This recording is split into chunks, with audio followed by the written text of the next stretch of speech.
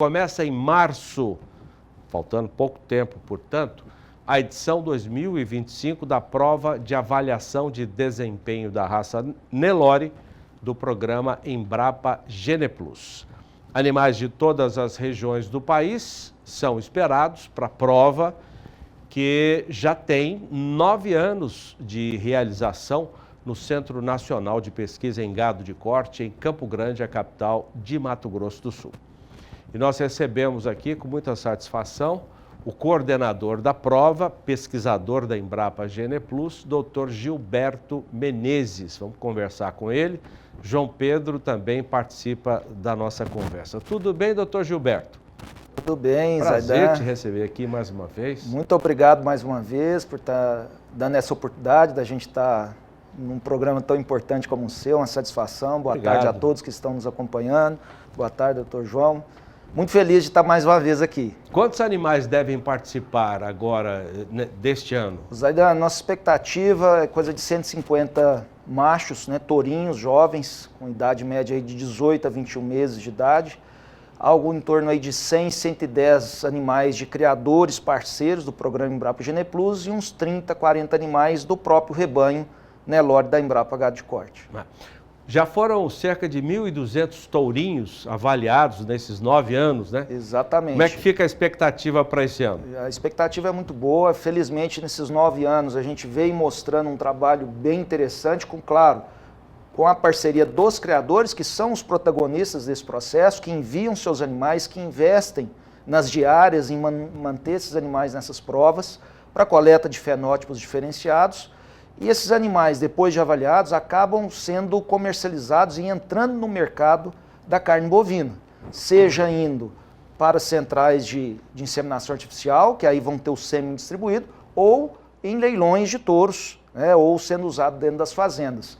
Então, são 1.200 animais, na verdade, reprodutores, multiplicadores de genética qualificada da raça Nelore. Por isso, o impacto é bem maior do que simplesmente os 1.200 animais, que já é um número bastante significativo. Foram linhagens diferentes desses 1.200? Certamente. tourinhos? Dentro da raça Nelore, a gente tem tido ao longo desses 9 anos a representação de todos os trabalhos de seleção, e a gente pode chamar de linhagens da raça Nelore, e cada uma dessas provas a gente tem a eleição ali, claro, daqueles que se destacam na prova, aqueles que vão ser touros ATJ, que a gente fala, que é o nosso programa de avaliação de touro jovem, que tem o sêmen distribuído em fazendas de genética e comerciais, e isso dá essa capilaridade e leva essa genética superior a diversos rebanhos do Brasil, além de permitir uma avaliação democrática, como você falou. Não é apenas uma linhagem, só um tipo de trabalho.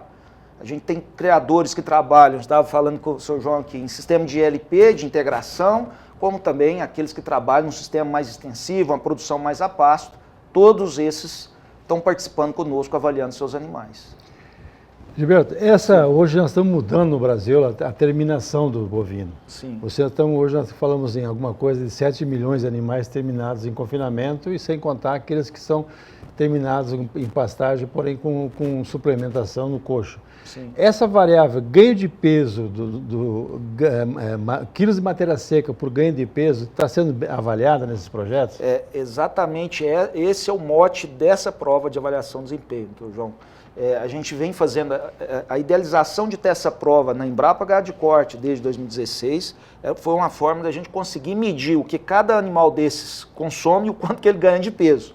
Hoje a gente tem uma infraestrutura de coxos e balanças eletrônicas que permite que a gente saiba de cada um desses 1.200 animais o quanto cada um comeu e o quanto ele ganhou. E aí eu consigo avaliar o que a gente chama de eficiência alimentar, que é o quê? A gente quer identificar aquele animal que come e ganha mais. Ou seja, tem 2 animais que comeram a mesma quantidade, mas um ganhou mais peso do que o outro, e isso tem a ver com lucratividade dentro da pecuária. Principalmente uma pecuária, como o senhor falou, que vem ganhando, se intensificando, seja com o aumento do confinamento, seja de uma terminação a pasto, que vem ganhando, o TIP, por exemplo, onde animais mais eficientes fazem toda a diferença. No histórico de vocês, dos trabalhos, você tem visto uma evolução constante dessa medida, ou seja, a eficiência alimentar está aparecendo ao longo desses últimos anos?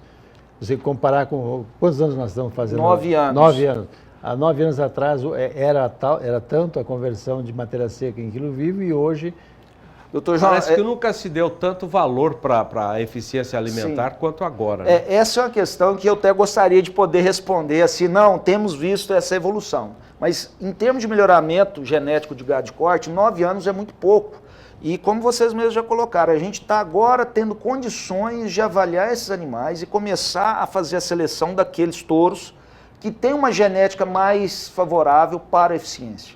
Então ainda é cedo para poder fazer essa afirmação. É claro que de forma indireta, a gente vem vendo a cada ano animais cada vez com desempenho mais interessante, com um biotipo mais adequado, que a gente acredita está associado a essa maior eficiência. Mas ainda é cedo para uma afirmação como essa que o senhor falou, de ter um melhoramento específico. O que a gente vem ganhando, sim, cada vez o animal com mais carcaça, com mais ganho de peso, uma parte de ultrassom de carcaça, a gente faz a avaliação toda, cada vez animais mais completos. Sabe aquele animal que ganha bem, que tem um peso de carcaça adequado, mas ele tem um acabamento, ele tem um biotipo. Isso eu posso afirmar, que a gente tem notado ao longo desses 9 anos uma evolução do nosso Nelore. Isso é provado com a nossa pecuária, né? O domínio da raça e a importância dela.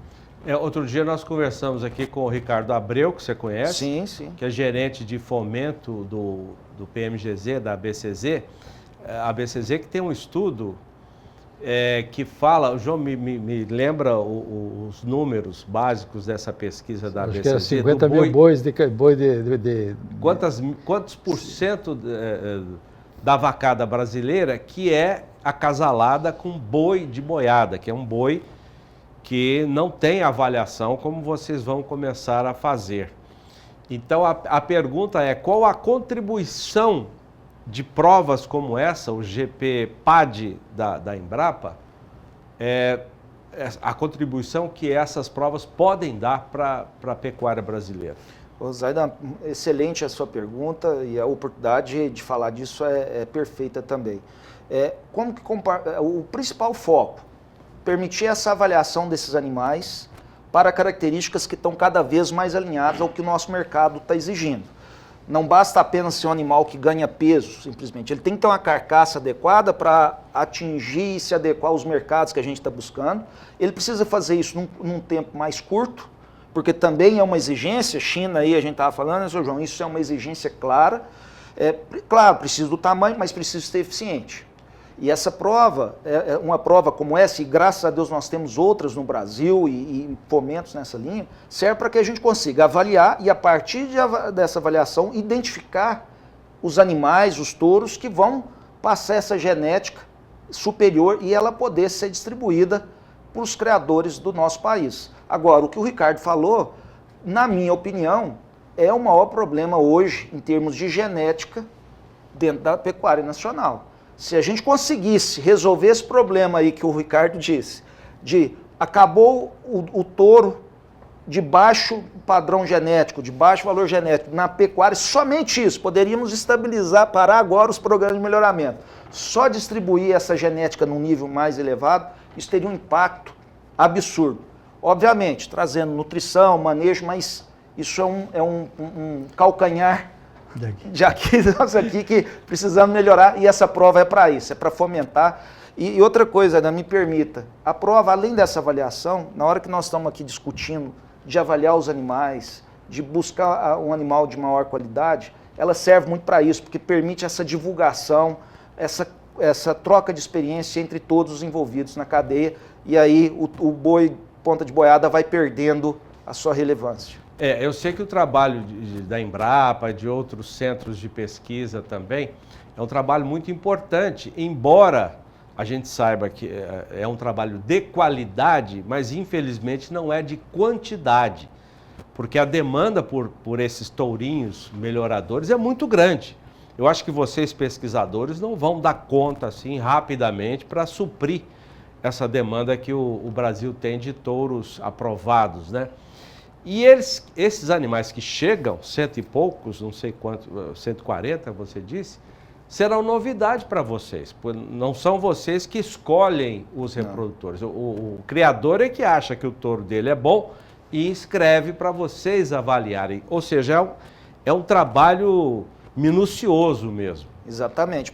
Por animal vir para a prova, é como se fosse uma peneira, vamos fazer uma analogia aqui com um né? Você tem uma peneira, primeiro, vou entrar num time profissional, primeiro se passa um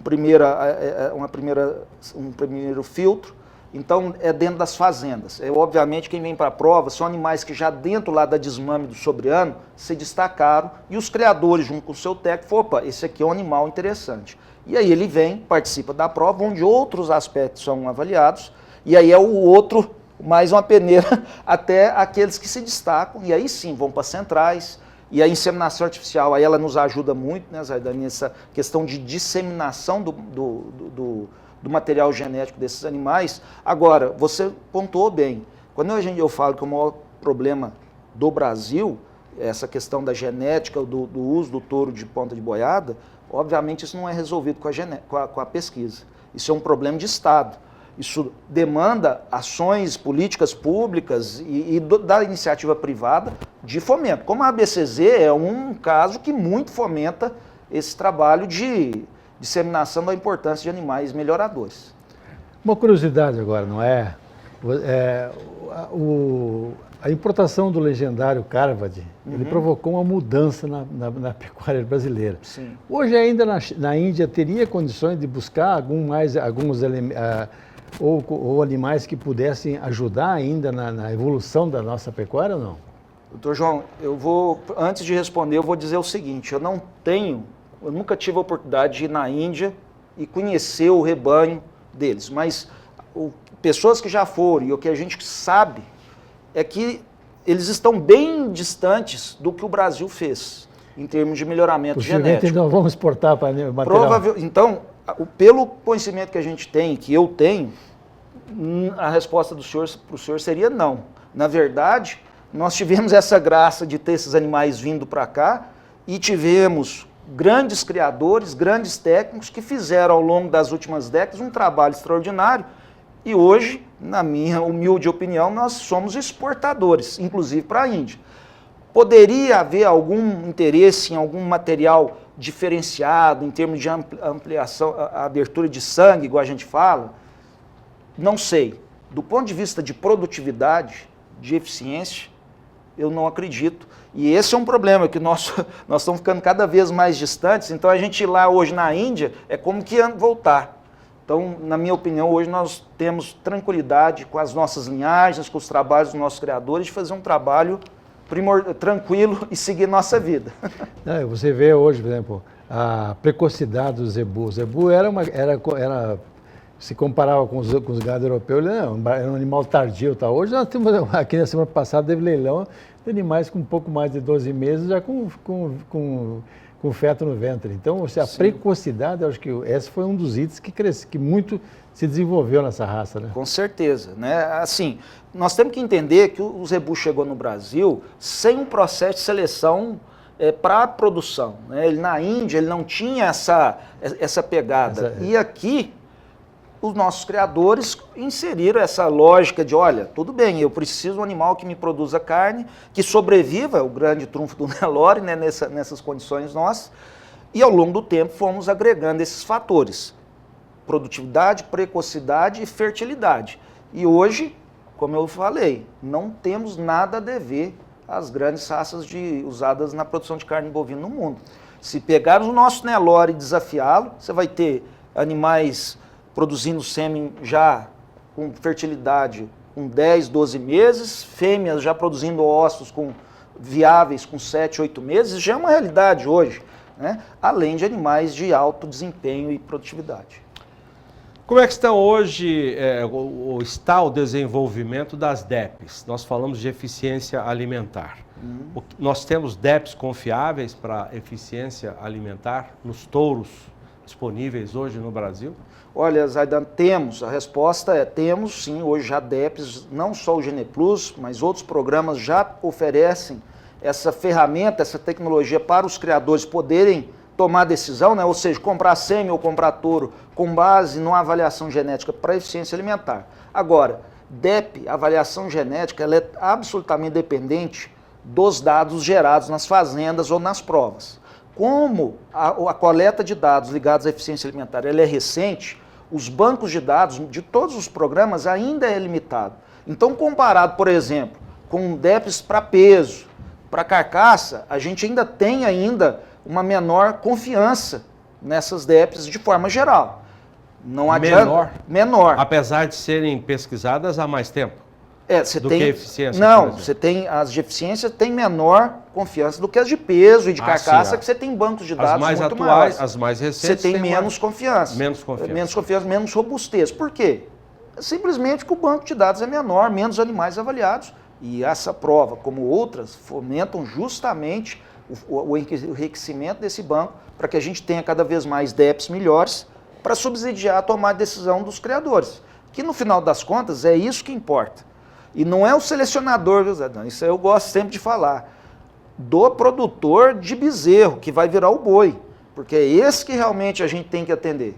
Né? O selecionador, o foco dele é o boi, é a carne que a gente estava falando aqui. Então todo esse trabalho ele tem que ser focado em quê?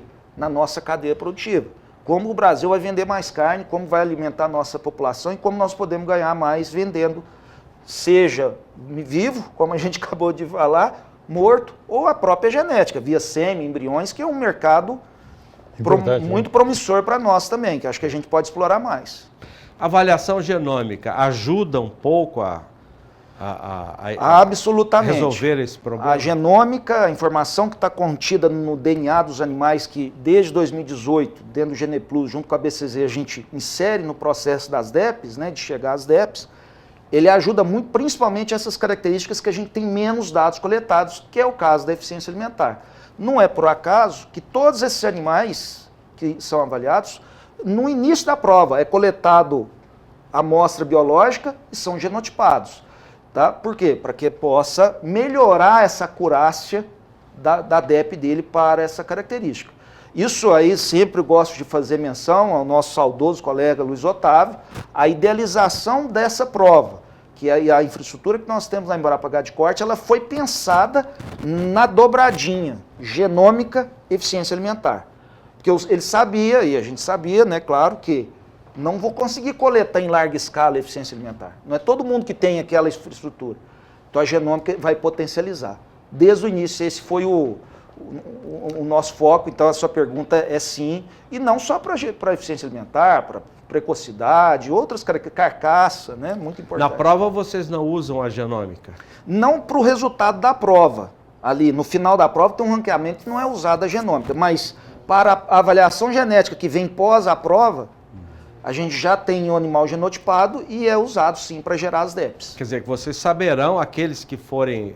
qual é a classificação? É elite? Elite, superior, regular e inferior. Né? São 4 níveis que a gente classifica. O elite está entre os 20, mais ou menos 20% melhores da prova, ranqueados ali, para um índice composto por várias características. Quer dizer, com essa classificação vocês fazem avaliação genômica e já tem uma noção, baseada na ciência, evidentemente, do que esses jovens reprodutores poderão representar por meio do seu sêmen nas vacadas. Exato. Assim, na prova, no final da prova, a gente faz um ranqueamento de todos, independentemente de genômica. Mas todos os dados gerados nessa prova, junto com a informação genômica dos animais, é inserida na avaliação que é feita, normalmente um pouco depois. Provavelmente já que vai sair em julho, que a gente lança ela na Expo Genética, junto com a BCZ, e aí sim, de todos, não só dos campeões, mas de todos os animais que participaram da prova, você vai ter uma DEP genômica para as características avaliadas. Após a presença lá na Embrapa, vocês acompanham a produção desses animais posteriormente? Né? Sim. Tem duas formas que a gente poderia falar. De forma geral, todos esses animais ali, a princípio, eles viram reprodutores. E como a gente tem um acompanhamento das fazendas participantes, então, quando eles vão tendo filhos, as informações vão voltando. Não que eu vou lá acompanhar, ver o nascimento, mas isso volta.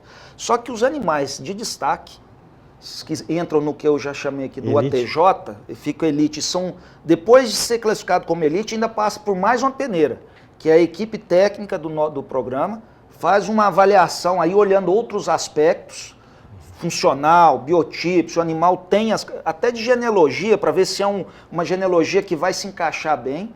E esses animais vão para as centrais. E esses sim, a gente tem uma lupa maior neles, para a gente ver como eles vão desempenhar. E o que a gente tem visto, doutor João, é excelentes resultados. E sabe qual que é o melhor que tem? É quando você começa a ver que filho e netos de touros que foram destaque lá em 2016, 2017, começam a acontecer e de destacar na prova. É aquela história, aí já não é achismo. Está acontecendo. Assim, eu sabia. Aí é a hora que a pessoa se consagra. Agora, é o grande momento, né? Pois não, João. Não, eu acho que o importante é que vocês estão fazendo em 40, 50 anos o que os europeus fizeram em 200, 300 anos com a raça deles. Né? Mas tinha que ter mais provas por ano, né? São poucos animais que saem dessa peneira. Né? Pois é, mas a gente tem essa aqui em Campo Grande, a gente está trabalhando para expandir isso em termos de Gene Plus. Hoje a gente já tem uma prova também em Paragominas, no Pará, justamente por questão de logística, é caro trazer os animais para cá. Estamos trabalhando para ter uma também na Bahia, ter uma em Alagoas e estamos buscando parceiro para expandir. O Brasil é muito grande, né? Muitas vezes o custo de participar da prova ele é menor do que o frete. Então a gente tem que estar próximo dos nossos criadores. Então essa prova em Paragominas nós já tivemos em 2024, vamos ter de novo. Já ajuda muito. E ali está um local que a gente... é um grande polo de produção de bezerro, exatamente. De criação. Né? Então, e essa é a linha. Nós tivemos em 24 uma prova de Nelore e uma de Guzerá, lá em Paragominas. Aliás, a gente está na luta para, além do Nelore, ter o Cindy também agora. Estamos na luta, espero que a gente consiga também ter agora, a partir de março. Vamos ver se a gente... A prova começa agora em março, vai até quando? Dá para fazer inscrição para levar touro? Sim, as inscrições estão abertas. A gente começa a receber os animais 6 e 7 de março, já então pós-carnaval, já está chegando aí. Dia 10 de março, inicia-se a adaptação dos animais à estrutura e dieta. Início de abril, prova efetiva e finaliza dia 6 de junho, onde a gente vai fazer a entrega, né, a divulgação dos resultados, que é o encontro técnico do Gene Plus. A gente vai ter palestras e também ali a mostra dos animais destaque, lá na Embrapa Gado de Corte.